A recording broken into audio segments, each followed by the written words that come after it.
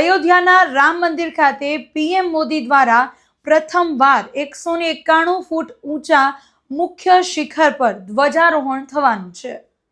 આ 11 ફૂટ પહોળી અને 22 ફૂટ લાંબી ધજા અમદાવાદમાં શ્રી અંબિકા એન્જિનિયરિંગ વર્કર્સ દ્વારા તૈયાર કરવામાં આવી છે। રામ મંદિર ટ્રસ્ટ તરફથી મળેલી ડિઝાઇન અનુસાર 10 કારીગરે 25 દિવસની અંદર આ 3 લેયર મટીરિયલની ધજા તૈયાર કરેલી છે। આ ઐતિહાસિક ક્ષણે રાષ્ટ્રપતિ દ્રૌપદી મુર્મુ, પીએમ મોદી, આરએસએસ વડા મોહન ભાગવત અને સીએમ યોગી સહિત મહાનુભાવો હાજર રહેશે।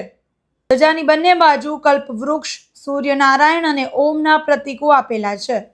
42 ફૂટ અને 5100 કિલોનો ધ્વજ દંડ પણ અમદાવાદમાં જ તૈયાર કરવામાં આવ્યો છે। ગુજરાતના 22 વર્ષના યુવા જ્યોતિષી વિશ્વ વોરાએ આ વિધિ માટે 12 મિનિટનું અભિજીતનું સૂક્ષ્મ મુહૂર્ત નક્કી કર્યું છે। આ ધ્વજારોહણ રામલલ્લાની પ્રાણ પ્રતિષ્ઠા અને રામ દરબારની પ્રાણ પ્રતિષ્ઠા પછી મંદિર નિર્માણની પૂર્ણાહુતિનું પ્રતીક બનશે।